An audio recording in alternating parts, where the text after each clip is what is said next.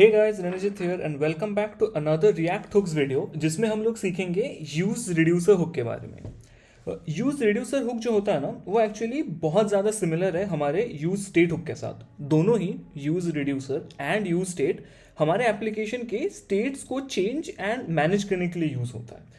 But use reducer hook जो होता है वो ना रिडक्स का पैटर्न फॉलो कर रहा था। अगर आप लोगों में से किसी ने पहले रिडक्स किया हो तो यूज रिड्यूसर जो है ना वो काफ़ी हद तक रिडक्स का ही पैटर्न फॉलो करता है। इसमें क्या होता है, हम लोग एक स्टेट ऑब्जेक्ट डिफाइन करते हैं जिसमें लेट्स से डिफरेंट प्रॉपर्टीज होती हैं। उसके बाद एक रिड्यूसर फंक्शन रहता है जिस फंक्शन में हम लोग स्टेट को म्यूटेट या चेंज करते हैं बेस्ड ऑन जो एक्शंस हम लोग डिफाइन करते हैं उसके बेसिस पे। ठीक है, अभी एक काम करते हैं, इसको डिटेल में एक एग्जांपल के थ्रू समझते हैं। ठीक है, और एग्जांपल में हम लोग वही अपना सिंपल सा काउंटर एप्लीकेशन बनाएंगे जो पहले हम लोगों ने यूज स्टेट हुक के मदद से बनाया था। अभी हम लोग वो सेम चीज यूज रिड्यूसर हुक के साथ करने वाले हैं। ठीक है, तो जैसा कि आप लोग देख सकते हैं स्क्रीन पे हम लोगों ने दो बटन्स बना के रखे हैं, इंक्रीमेंट और डिक्रीमेंट, और सिंपल यहाँ पे हमारा जो काउंट है वो रेंडर हो रहा है। अच्छा, तो सबसे पहला स्टेप क्या होता है? सबसे पहला स्टेप है कि हम लोग डिफाइन कर लेते हैं यूज रिड्यूसर हुक को। तो इसका भी सिंटैक्स मोर और लेस यूज स्टेट टाइप क्या होता है, कॉन्स लिखते हैं एंगल ब्रैकेट के अंदर will mention a state and a dispatch function. ये जो डिस्पैच है ये हम लोग के एक्शंस को डिस्पैच करने के लिए यूज होता है। फिर हम लोग लिखेंगे यूज रिड्यूसर, और ये जो यूज रिड्यूसर हुक है ना, इसके ब्रैकेट के अंदर दो कंपलसरी पैरामीटर्स जाते हैं। ठीक है, अगर हम लोग यहाँ पे हवर करेंगे तो निश ये नहीं दिखा रहा है, एक्चुअली इसके अंदर दो कंपलसरी पैरामीटर्स जाते हैं। पहला होता है हमारा रिड्यूसर फंक्शन जिसके अंदर हम लोग पूरा अपना लॉजिक लिखते हैं, एंड सेकंड होता है हमारा इनिशियल स्टेट। ठीक है, तो एक एक करके सारी चीज़ें डिफाइन करते हैं। ठीक है, उसके पहले सबसे पहले हम लोग अपने एक्शंस डिफाइन करते हैं। ठीक है, क्या क्या एक्शंस होंगे। अच्छा, तो समझते ही एक्शंस होते क्या है। अभी हम लोग के एप्लीकेशन में हम लोग को दो चीज़ परफॉर्म करनी है। ठीक है, एक है इंक्रीमेंट और एक है डिक्रीमेंट। तो इस एप्लीकेशन के हिसाब से हमारे दो एक्शंस हुए। पहला एक्शन हुआ इंक्रीमेंट एंड नेक्स्ट एक्शन हुआ डिक्रीमेंट। तो सबसे पहले मैं यहाँ पे अपने एक्शंस को डिफाइन करूंगा। पहला एक्शन क्या होगा, increment which will be equal to, okay spelling सही लिखा है शायद मैंने, देन होगा हमारा डिक्रीमेंट।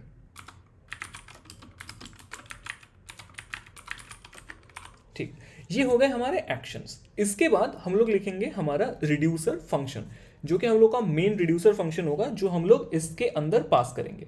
ठीक है, अच्छा, उसके पहले हम लोग अपना स्टेट लिख लेते हैं जो हमारा इनिशियल स्टेट होगा। तो क्योंकि हम लोग यहाँ पे काउंट यूज कर रहे हैं, लाइक हम लोग सिर्फ यहाँ पे काउंट ही हम लोग को चाहिए, तो हम लोग का इनिशियल स्टेट क्या होगा, हम लोग ऐसे लिख सकते हैं const initial state equal to, इसके अंदर हमें अभी के लिए सिर्फ एक ही प्रॉपर्टी होने से काफ़ी है जो कि हमारी काउंट है, जो इनिशियली क्या रहेगी, 0। अच्छा, इसके बाद हम लोग हमारा काउंटर जो भी फंक्शन जो भी रिड्यूसर फंक्शन है वो लिख सकते हैं। सो लेट्स से मैंने इस फंक्शन को नाम दे दिया काउंटर रिड्यूसर। उसके बाद यहाँ पे दो चीज़ें मिलती हैं हम लोग को, स्टेट एंड द एक्शन, जो भी हम लोग डिस्पैच करेंगे वो एक्शन।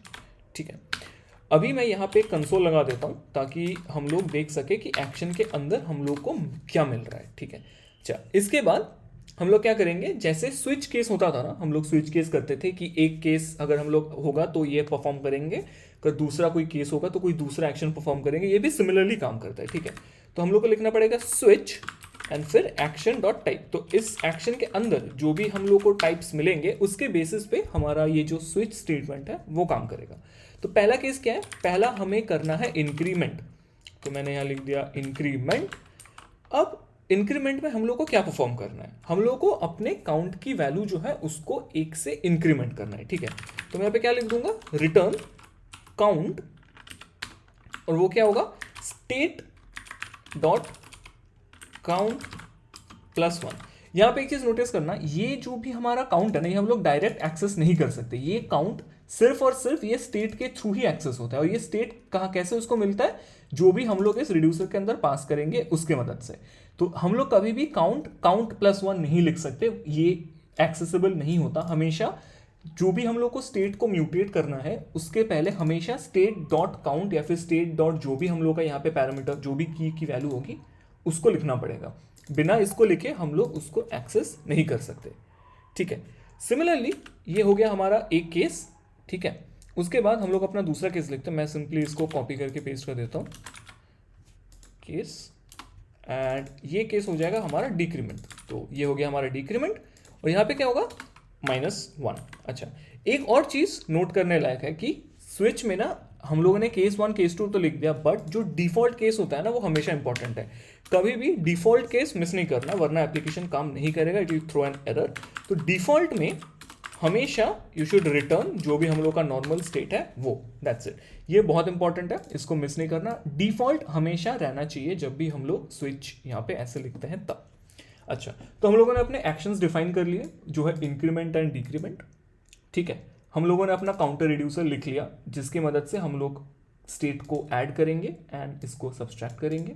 ठीक है, और हम लोगों ने अपना जो इनिशियल स्टेट है वो भी डिफाइन कर चुके हैं। अच्छा, इसके बाद क्या करना है, सिंपली इन दोनों को यहाँ पे पास करना है, counter reducer and the initial state.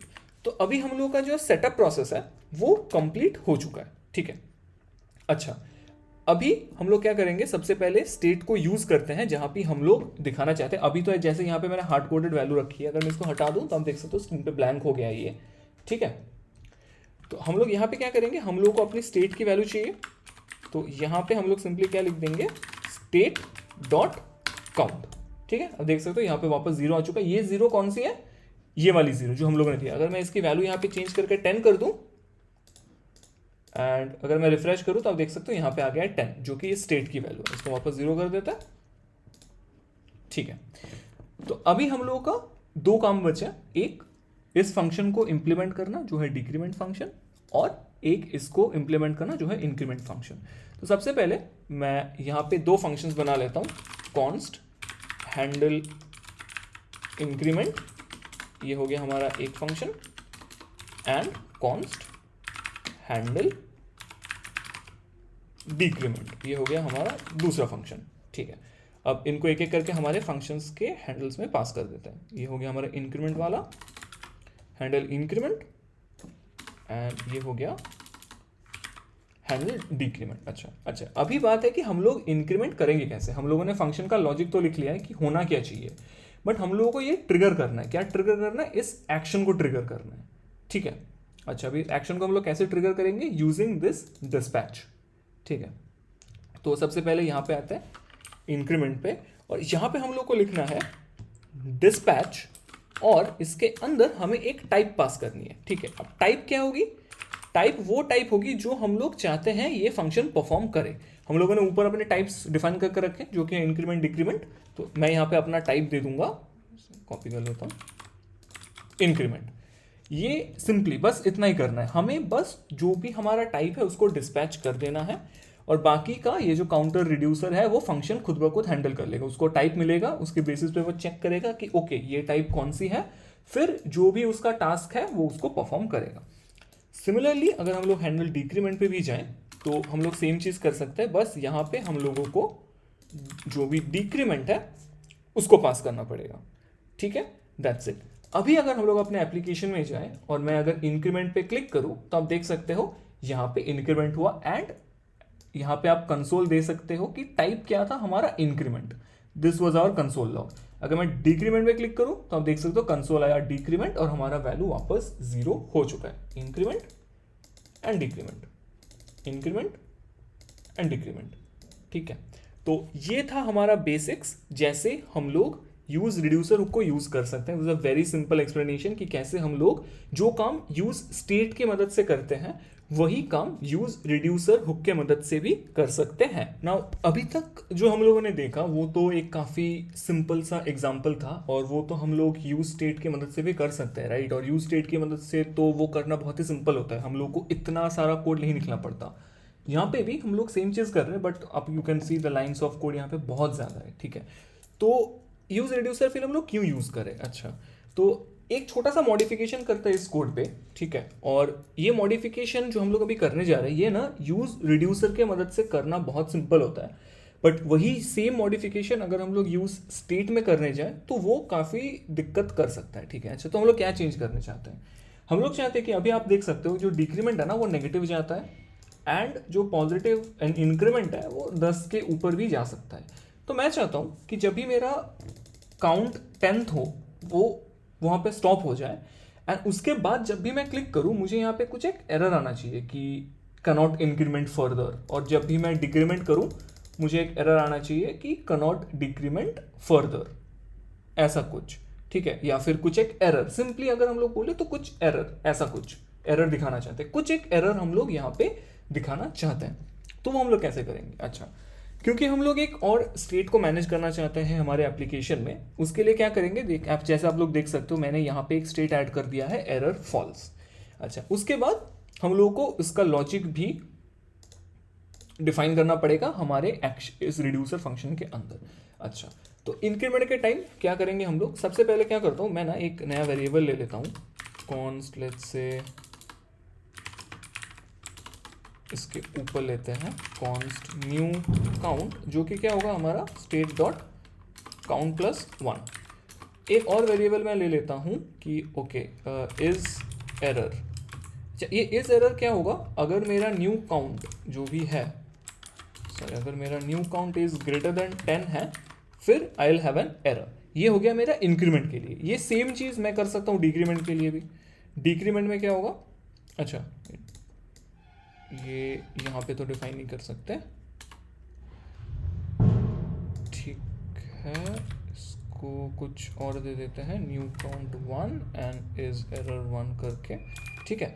इसके लिए क्या होगा? ये होगा माइनस में, एंड जो हमारा न्यू काउंट, ये कब होगा? जब न्यू काउंट 1 हम लोग का होगा लेस देन 0।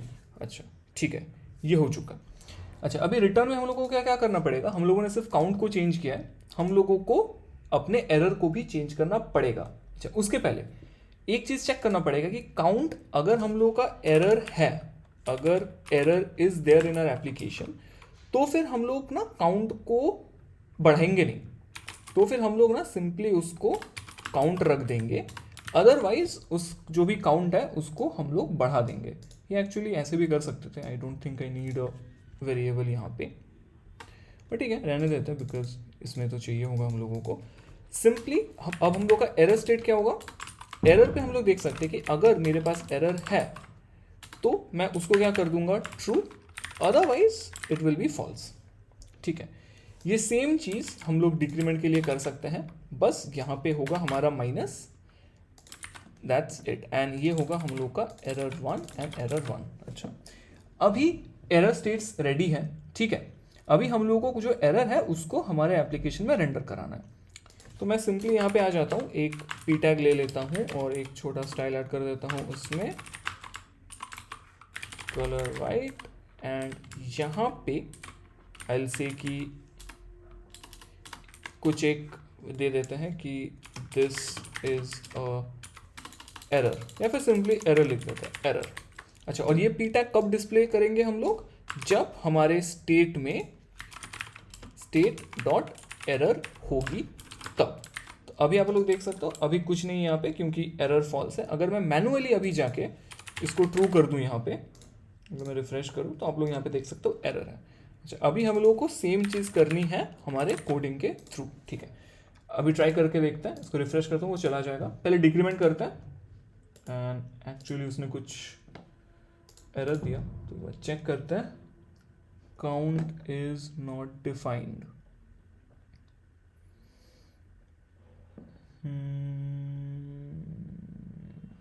Count is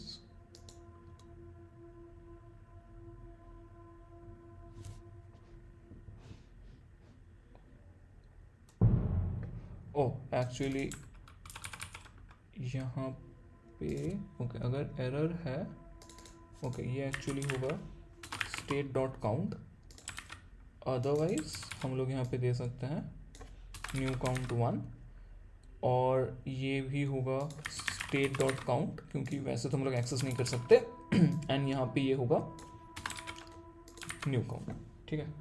एक बार वापस ट्राई करके देखते हैं, अगर मैं डिक्रीमेंट करूँ तो अभी आप लोग देख सकते हो यहाँ पे आ चुका है हम लोग का एरर। काउंट डिक्रीमेंट नहीं हुआ है, ठीक है, वो वैसे का वैसा ही है। और अभी यहाँ पे हम लोग को आ चुका है एक एरर। मैं वापस रिफ्रेश करूँ, मैं इंक्रीमेंट करूँ तो अभी कुछ नहीं है, कुछ नहीं है, कुछ नहीं है, कुछ नहीं है, कुछ नहीं है। मैं 10 तक जाऊँ, कुछ नहीं। अगर मैं एक और बार क्लिक करूँ तो अभी हम लोग को यहाँ पे आ गया एरर। क्यों? क्योंकि अभी हम लोग की जो एरर स्टेट है वो ट्रू हो चुके हैं। तो अभी आप लोग खुद देख सकते हो कि यूज रिड्यूसर की मदद से हम लोग कितने इजीली एरर स्टेट्स को हैंडल कर सकते हैं। हम लोग को एक और यूज स्टेट का लगा के फिर उसको चेक करके एरर स्टेट हैंडल करने की कोई ज़रूरत नहीं है। तो ये एक और एग्जांपल था ताकि आप लोगों को समझ में आए कि किस किस यूज केस में हम लोग यूज रिड्यूसर को प्रेफर कर सकते हैं over use state hook. So I hope explanation clear था एंड आप लोग को समझ आया होगा। वीडियो देखने के लिए थैंक यू।